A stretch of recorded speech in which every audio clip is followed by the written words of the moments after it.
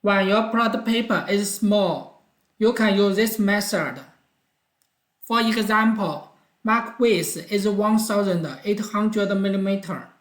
Your paper width is 1600 mm. Open the plot tool.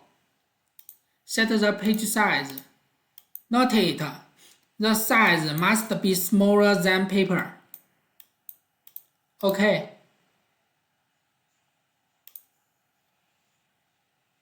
Check it to save the PLT file.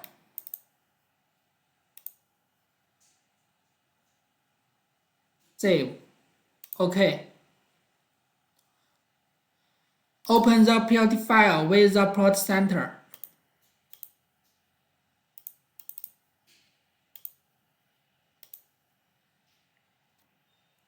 The marker was divided into sections, and it has a lot of guides on it. Plot print marker. Paste the marker in accordance with the guide. Thanks for watching.